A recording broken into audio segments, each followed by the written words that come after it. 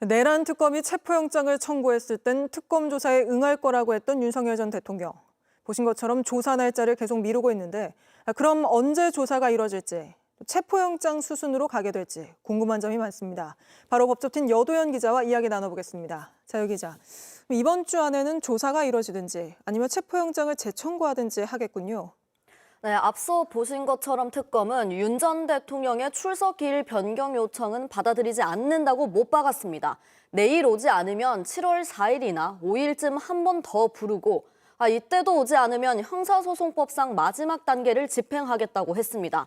여기서 마지막 단계는 특검은 체포영장이 될 수 있고 그 다음 단계, 즉 구속영장이 될 수도 있다고 했습니다. 특검은 전직 대통령도 피의자 중 한 명일 뿐이라며 끌려다니지 않겠다는 의지를 보여주고 있는데 실제로도 그렇게 흘러가고 있습니다. 저희가 지난 상황을 좀 정리해봤는데 보면서 설명드리겠습니다. 첫 소환 요구에 지하주차장 이용을 요구하자 아예 지하주차장 입구를 차단해버렸습니다. 그래서 결국 윤 전 대통령은 현관 통해서 이렇게 들어갔습니다. 경찰이 또 조사 중에도 이 조사자를 바꿔달라 요구했지만 특검은 박창원 총경의 조사는 문제 없다라면서 거절했습니다. 추가 조사 날짜도 윤 전 대통령 측은 앞서 7월 3일 이후에 해달라고 하다가 오늘은 또 7월 5일 이후에 해달라고 했습니다. 네. 그렇지만 내란 특검은 안 된다고 하면서 7월 4일 그리고 5일을 이렇게 못 박으면서 이때도 안 나오면 체포영장까지 가능하다 이렇게 시사했습니다. 특검이 체포영장을 청구했을 땐 특검 조사에 응할 거라고 했잖아요. 그 점 때문에 법원도 체포영장을 기각한 걸 텐데 이렇게 계속 소환에 불응하는 모습을 보이는 게 자신에게 불리하다는 걸 검찰총장 출신인 윤석열 전 대통령이 모르지 않지 않겠습니까? 맞습니다. 윤 전 대통령 측은 출석 일자는 조율의 대상이라고 강조하고 있습니다. 특검이 일방적으로 날짜를 통보하고 그걸 지키지 않는다고 해서 곧바로 출석 불응이라고 보면 안 된다라는 겁니다.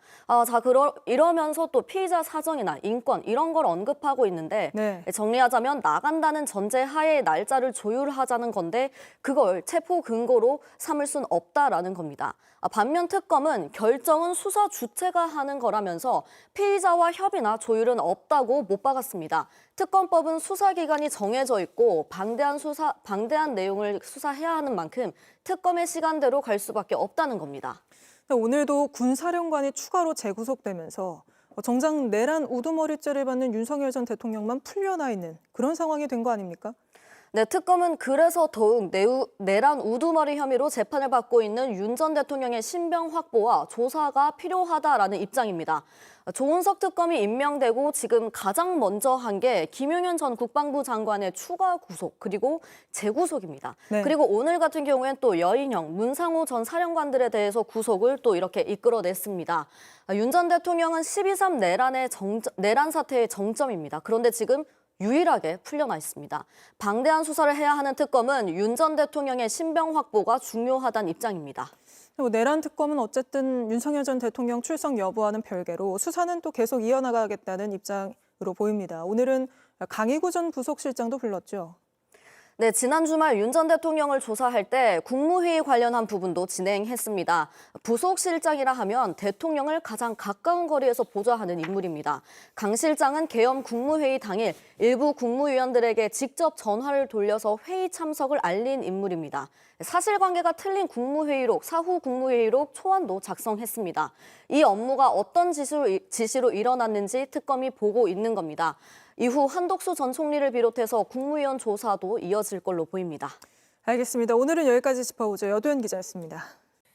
JTBC 뉴스를 시청해 주셔서 고맙습니다. 저희는 저녁 6시 30분 뉴스룸에서 뵙겠습니다.